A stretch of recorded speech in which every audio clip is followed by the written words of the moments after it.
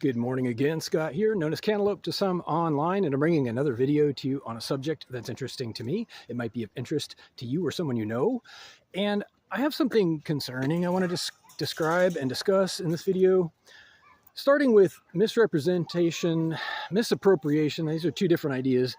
And all the way up to some treason, unfortunately, that you can check out yourself. These are checkable facts, as they say. Check your facts always. I encourage people to do their own research when possible.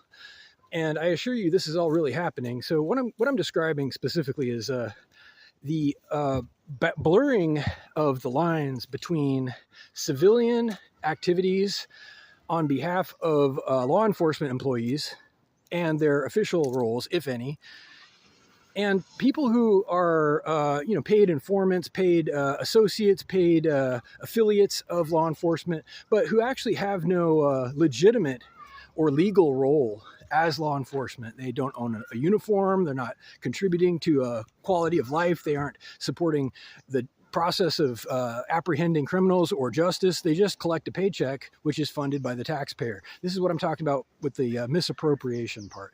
Misappropriation is when funds, that is money, that is allocated for a service, is paid for something that wasn't intended or wasn't advertised or described or disclosed to the payer, in this case, the taxpayer.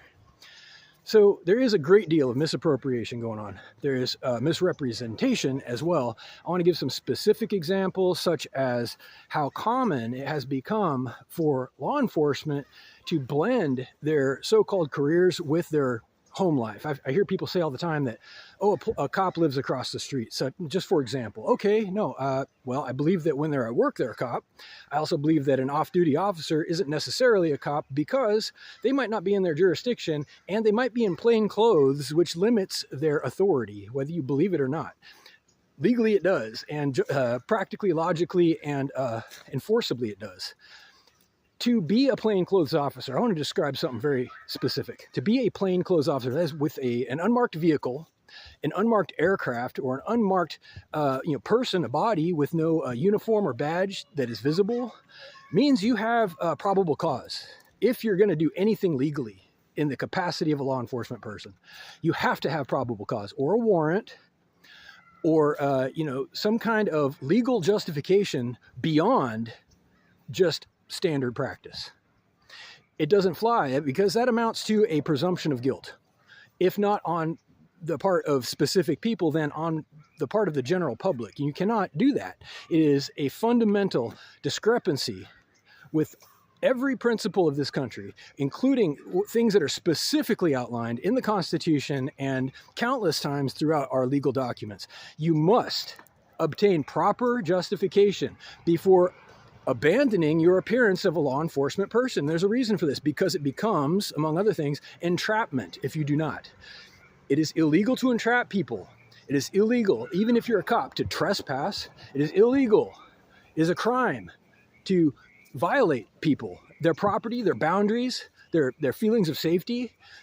If we're getting right down to the principle of it, it is illegal for a cop to threaten you, to use intimidation, because that's not their job. That's not what they're paid to do. They're paid to bring people to the courtroom and everything that connects to that, including investigation, analysis, detention if necessary. All that stuff is for the purpose of getting people to trial if necessary, if warranted. So we have a problem. We, being our entire country right now, has a huge problem with police. And if you don't believe it, just check out any kind of news that you believe. See what's going on.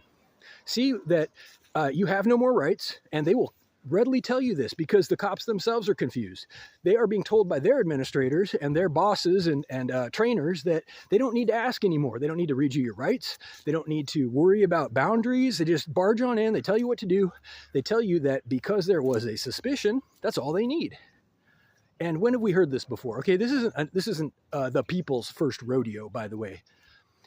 While a great number of Americans have been brainwashed at this point, while a great number of them have been programmed with bullshit education and threats and scare tactics, not every one of us has. Many of us still understand the principles behind law enforcement, freedom, and what this country was actually based on, the original value of America. And it was not so that a handful of roaming thugs, unmarked, can just barge on in and steal your stuff. I'm quite sure. This is where we're at with it. If you see a police car in someone's driveway, if you see a Department of Homeland Security employee who does not have credentials or a visible badge and uniform, they are not on the clock. And they need everything that I just said to touch you, to question you, to look through your stuff. Otherwise, they have no more rights than the average person who just walks up to you, a complete stranger. You will defend yourself as an American, or you will not have my sympathy. If you want respect as an adult, as a free person in this country, you will defend yourself against corrupt authorities, and we have plenty of them. How much evidence do you need? Just look at the news. You don't have to believe all of it, but it can't all be wrong right now. Reach out with questions or comments to whitehotrobot@gmail.com. Thank you.